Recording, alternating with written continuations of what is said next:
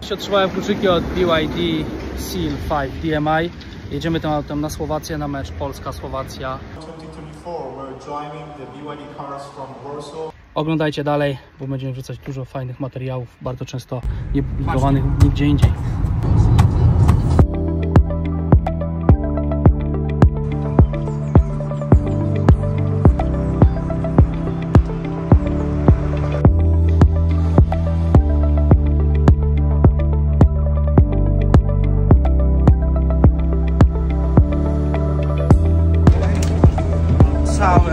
Prawdziwy męski wypad na mecz, nie? My żyjemy w ziemi włoskiej do Polski.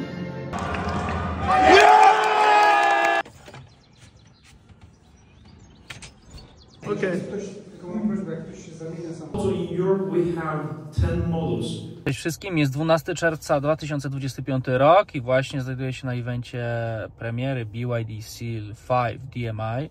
Tu jest taki moment, w którym pojawia się bezpośrednia konkurencja dla Corolli. Samochód ma wiele aspektów, których przewyższa na przykład Toyotę. No i wyraźnie jest adresowany do klientów flotowych, firm taksówkarskich, no i też oczywiście prywatnych konsumentów. Natomiast Chińczycy tak zestroili tą ofertę produktową, że zapowiada się naprawdę godna rywalizacja w tym segmencie. Dlatego teraz wyrzucę Wam trochę więcej przebitek i opowiem dokładnie, w czym ten samochód się wyróżnia na tle konkurencji. Jestem też bezpośrednio po konferencji prasowej BYD, w której na przykład ujawniono takie informacje, że z 22 do 42 wzrasta ilość punktów dealerskich w Polsce. 2 września planowana jest kolejna premiera BYD, na którą oczywiście zostałem zaproszony.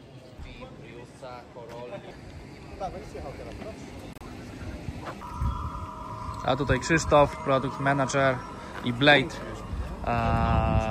kierownik polskiego oddziału BYD. Nasza podróż niestety powoli dobiega już końca. Zbliżamy się do Piaseczna, do salonu BYD, zdać nasze autko. Dlatego pozwolę sobie na małe podsumowanie i przekazanie Wam moich opinii z jazdy, bo mogę już coś powiedzieć. Zrobiliśmy tym autem razem z Adrianem, którego bardzo mocno pozdrawiam, jest po drugiej stronie kamery. Witam. Polecam jego kanał Adimotiv, bardzo profesjonalny fotograf motoryzacyjny. Na jego kanale, na jego profilu na Instagramie zobaczycie, jakie piękne auta fotografuje, z jakimi obcuje na co dzień. Niesamowity artysta. Ale wracając do naszego BYD, to co najbardziej chciałbym Wam przekazać, to, że bezspornie to auto cały czas cieszy mnie jakością wykonania. Gdy dotykam kierownicy, gdy naciskam przyciski, gdy tutaj sobie majstruję przy nawiewach, czy przełączam system infotainment, tutaj nigdzie nie ma jakichś zgrzytów, nigdy nie ma jakichś negatywnych emocji. Mamy tutaj przeszycia, które cały czas imitują mi tutaj, że jadę jakimś naprawdę luksusowym wozem, podobnie jak kierownica. Gdybym całkowicie wyciął z pamięci, że jadę powiedzmy sedanem klasy C, to mam wrażenie, że jadę sportowym autem. Potęguje ten efekt jeszcze to, że auto jest niesamowicie dynamiczne, no tam katalogowo ma 7,5 sekundy do setki, ale odczucia są dużo lepsze. Psuje nam trochę efekt to, że jest to bezstopniowa skrzynia biegów, jest to hybryda plug-in, więc jakby dźwięk silnika nie jest to jakiś oszałamiający, ale naprawdę przyspieszenie, nawet może teraz pozwolimy sobie na małą wstawkę. Ja zaraz dołączę do ruchu, zobaczcie, uwaga, to daję gaz. Nie musimy naprawdę o nic prosić, zobaczcie. Roadworks in 1000 meters. Widzieliście, naprawdę nie możemy tutaj narzekać na dynamikę, ale to nie jest koniec atrakcji, bo jak przejdziemy do naszego systemu infotainment, wejdziemy sobie w zakładkę energia, to spalanie tego auta, zobaczcie, 7,6 litra, ale to mała gwiazdka do tego spalania, my całą drogę jedziemy 160, 170, 180, bardzo, bardzo dynamicznie, bo mamy dużą trasę do pokonania. Tutaj to spalanie, normalnie benzynowe auto, jakieś takie tradycyjne, czy nawet zwykły diesel, to byłyby o dużo większej wartości. Gdy jechaliśmy w pierwszą stronę z Polski na Słowację, to my mieliśmy z Adrianem 5,5 litra. Przy takiej tradycyjnej jeździe 140 na godzinę to był maks. I to auto spaliło nam wtedy 5,5 litra. Teraz tutaj wskazania są trochę inne, bo zmieniliśmy trochę styl jazdy na powrocie. Ale tak jak robiliśmy taki test właśnie, odbierając ten samochód, no to jest 5,5 litra. Przy takich prędkościach to taka powiedzmy typowa Octavia 1.6 diesel, to by było, strzelam 7,5 litra, 7. więc to jest naprawdę fajny wynik i to pokazuje, w co celują Chińczycy, czyli chcą po prostu dominację Toyota Corolli zakończyć bezpowrotnie i uczynić BYD Seal 5 DMI naczelnym autem flotowym Polski, Europy, no i też takim taxicarem dla największych korporacji. Powiecie mi pewnie, że to jest drobnostka, ale ten podłokietnik, zintegrowany podłokietnik tutaj z tym uchwytem, no uchwytem, taką półeczką na telefon, to jest coś, co zrobiło na mnie naprawdę duże wrażenie, bo tutaj mamy nawiewy, które cały czas nieustannie chłodzą nam telefon, czyli gdybyśmy mieli w wyższym modelu, na przykład tutaj indukcyjną ładowarkę, to naprawdę fajnie działa, bo ten telefon się nie nagrzewa, przez co skuteczność tej ładowarki jest dużo lepsza. Mówiłem Wam o jakości wykonania auta i o wnętrzu, które mnie oszołomiło. O co mi chodzi dokładnie? Zobaczcie, mam nadzieję, że dystrybutorzy BYD tego nie będą oglądali, ale popatrzcie. Ja mogę tutaj tłuc w to wszystko i nie usłyszycie tutaj żadnego trzeszczenia. To jest coś, z czym my się rzadko spotykamy w dzisiejszych autach i to pokazuje, że jeśli Chińczycy stawiają taką dokładność przy wykonywaniu wnętrza, no to ja jako potencjalny konsument zakładam też, że gdzieś tam w środku, czy konstrukcja, czy silnik, czy podzespoły jest wykonane z równie dużą dokładnością. To, co my z Adim doceniliśmy w BYD w tych pierwszych momentach, to jest kierownica.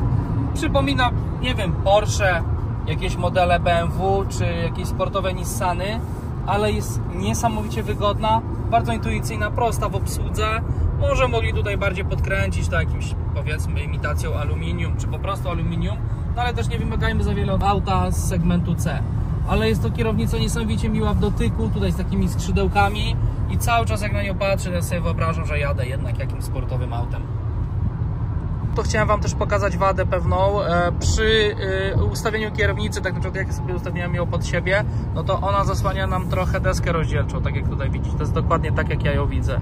Więc tu jest trochę wada, no i generalnie ten ekran no nie jest jakiś oszałamiający. On tak trochę wygląda, my tu z Adrianem uznaliśmy, że to jest trochę jak taki ekran w Thermomixie, więc myślę, że tutaj akurat mogli też troszkę producenci włożyć większe starania. Głównie przy białym motywie, bo użyłem włączę od razu. Tak, pokażmy ten motyw, bo tu mieliśmy na początku trochę inne rozwiązanie. O, mamy to.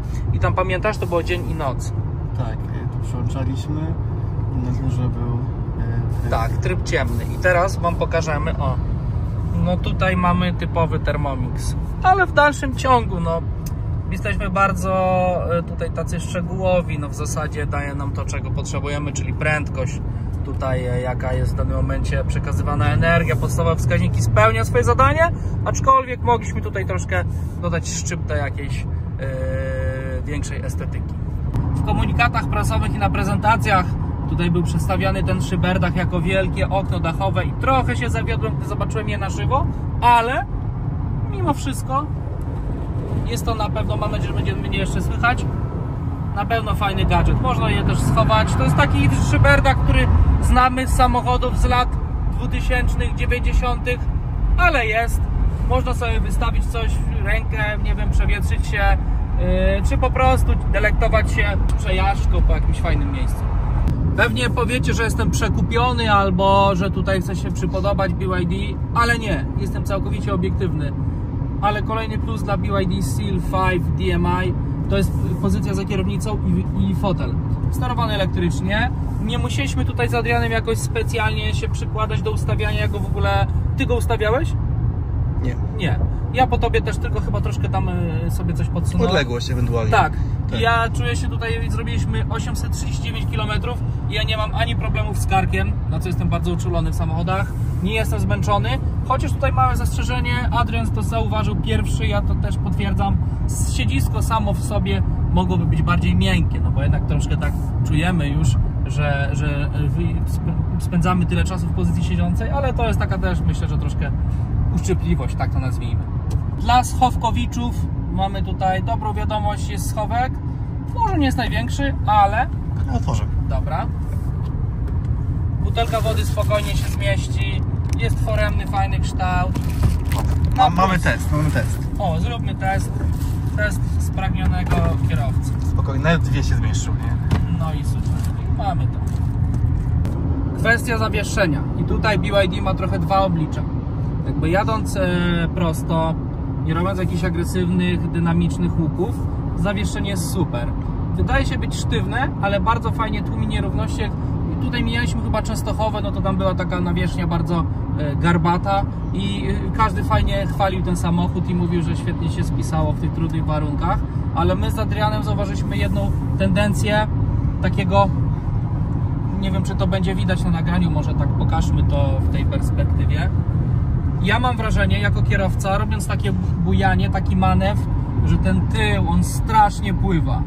Gdybyśmy jechali z bardzo dużą prędkością, na przykład, nie wiem, tam 180 na godzinę i musieli zrobić taki gwałtowny manewr, no ja bym się troszkę obawiał. Obawiałbym się szczególnie też w trudnych warunkach, albo jakby była jakieś opady deszczu, czy jakaś tam powiedzmy gołoleć, no to tu mogłoby być niebezpiecznie, ale zaznaczamy, że to auto jest raczej z przeznaczeniem do miasta, więc możemy to BYD wybaczyć. Panel środkowy w BYD Seal 5 DMI to jest przykład tego, jak z czegoś prozaicznie prostego zrobić coś ładnego. Tutaj mamy podstawowe, najważniejsze przyciski w formie takiego kółeczka, ciasteczka, tak to nazwijmy. Po środku mamy skrzynię biegów, ale mi raz, że podoba się to pod względem estetycznym. Dwa, jest to wygodne. Ja sobie już zapamiętałem, gdzie mam przełączanie trybów, elektrycznych, gdzie mam automatyczny hamulec ręczny, podgłaszanie. Od razu załapałem, jak tutaj te biegi wrzucać. Tak jakby tutaj jest wszystko intuicyjne. Nie ma takiej bariery, jak czasami wsiadam do samochodu i łapiemy się za głowę. Boże, jak ja mam w ogóle tutaj ruszyć tym samochodem? Nie, w BYD tego nie zaznacie. Może to jest gadżet, może zbędny gadżet, ale zobaczcie, możemy sobie podpatrzeć, co tam się za nami dzieje.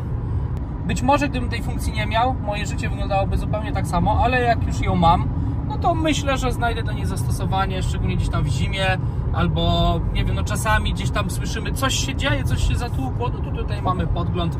Myślę też, że przy jakichś tam prędkościach parkingowych ta funkcja też się może przydać. Bardzo fajnie. I zostając przy ekranie, dla fanów gadżetów niespodzianka w BYD Seal 5, tak jak w BYD Attitude 2 mamy obracany ekran. Zobaczcie jaki gadżet. Wydaje się, że jest zbyteczny.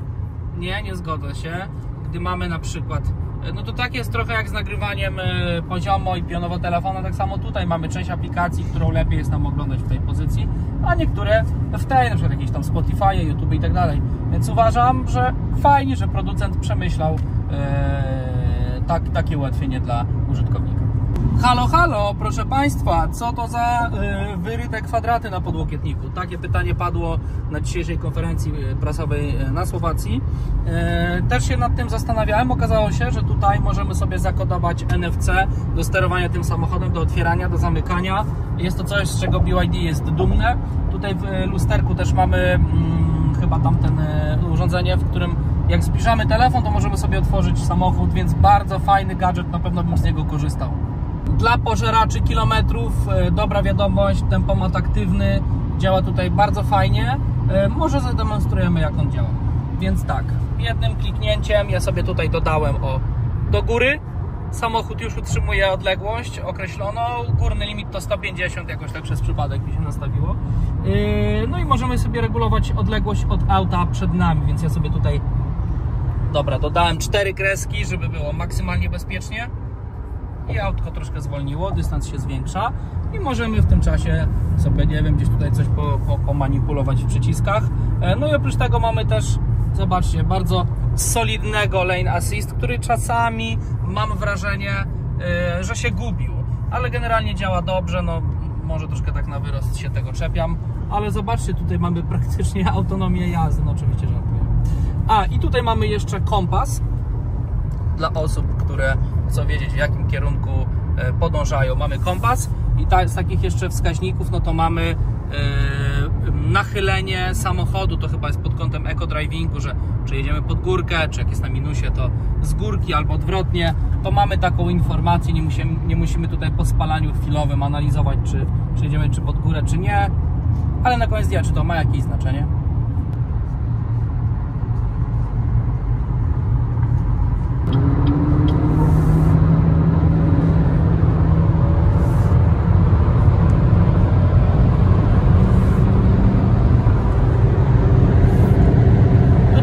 Analizę głośności we wnętrzu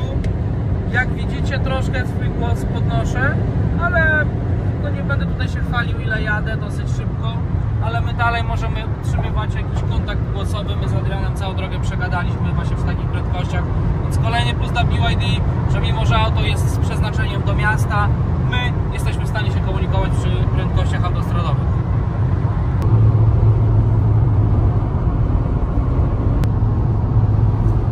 Ja mam 1,75 m w kapeluszu, ale wysokie osoby docenią na pewno ilość miejsca nad głową, bo zobaczcie, tutaj no nie wiem, spokojnie jakieś 10 cm mamy, do tego jest szyberda, który potęguje to odczucie, że auto jest bardzo pojemne, no bo taka jest rzeczywistość. Auto w środku wydaje się być duże. Ja na początku trochę się przeraziłem, jak zobaczyłem tutaj tą konsolę, dopiero w trakcie podróży ją doceniłem, bo tutaj to jest w ogóle takie podwójne dno.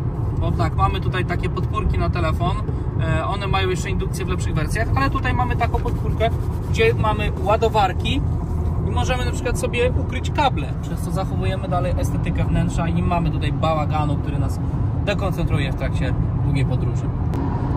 Dobrze widzicie, tutaj mamy taki sensor i kamerę, która cały czas nas obserwuje, monitoruje, czy jesteśmy zmęczeni, czy patrzymy jednak przed siebie, czy gdzieś tutaj się nie rozglądamy, czy nie usypiamy.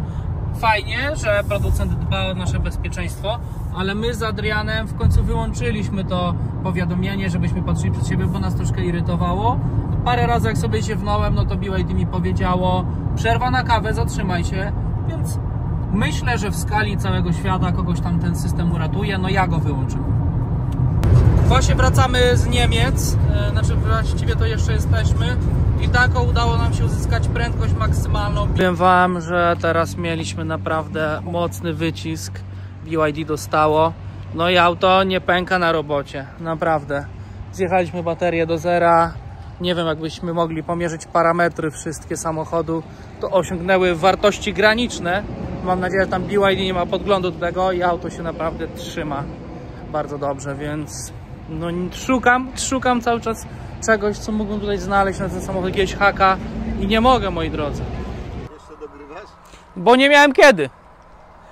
Tak, wiem, ten odcinek nie ma ani ładu, ani składu, ale to wszystko dlatego, bo wydarzenia działy się dynamicznie, a impreza była naprawdę udana. Jesteśmy już w BYD Piaseczno i za chwilę zdaję ten oto samochód i chciałem jeszcze o nim powiedzieć wam parę słów, bo naprawdę jest o czym mówić. Za kwotę 129 000 brutto, bo taką cenę zadeklarował producent po zdjęciu embarga prasowego, otrzymujemy auto ze spalaniem w cyklu mieszanym 4,8 litra i przyjemnym przyspieszeniem 7,5 do setki. W tej cenie dodatkowo mamy m.in. kamerę cofania, adaptacyjny tempomat, obracany ekran LED 12,8 cala, przyjemnie grające audio z 6 głośnikami, sterowanie głosem Hi BYD, Android Auto lub CarPlay. Ładne fotele z wegańskiej skóry, światła full LED, szyberdach. Powiecie zapewne nic szczególnego, bo i na papierze faktycznie nie robi to wrażenia, ale są jeszcze inne aspekty, których nie przeczytamy z broszur dealerskich, jak naprawdę przyjemny odbiór auta, ergonomia czy serio solidna jakość wykonania.